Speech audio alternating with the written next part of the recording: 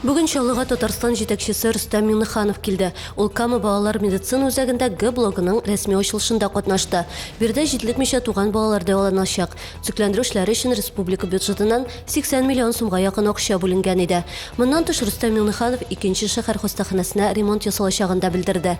Республика җитәкчесе шулай ук Чаллы бизәкләре бакчасын ачуда да катнашты. 36-нчы комплекста урнашкан бу учреждениегә 240 бала йөриячәк. Турбалар сынауның икенче этабы старт ала. Иртәгә, ягъни 7 июльдән шәһәрнең төньяк көнчыгыш өлешендәге йортлар кайнар сусыз калачак. Опрессовка 21 июльгә кадәр дәвам итә. Бу вакыт эчендә киләсе ягу сезонына әзерлек эшләре башкарыла, төзек булмаган турбаларны алыштыралар. Шулай ук магистраль җылылык турбаларына ремонт үткәрелә. Узган елларда көчле яшенле яңгыр аркасында Татарстанның 7 районы утсыз калды. 42 торак пунктында 10 меңләп кеше йортларында ут сүнеп зыян күрде. Яңгыр бигрәк тә Буа, Яшелүзән, Ютазы, Спас, Нурлат һәм Минзәлә районнарында көчле булды. Хәзер әлеге җирлекләрдә төзекләндерү эшләре бара.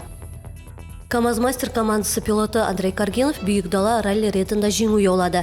Икенче орында Айрат Мардиев, өченче Сергей Куприянов, дүртенче орында Антон Шибалов экипажлары. Эдуард Николаев дистанциядан төшеп калырга мәҗбүр булды. Аның раллида кулы имгәнде.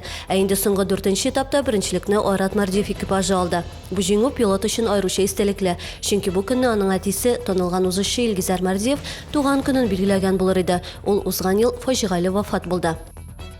Бу һәм башка хәбәрләр турында тулырак яңалыкларның кичке чыгарылышында. Ул 19 сәгать 10 минутта эфирга чыга.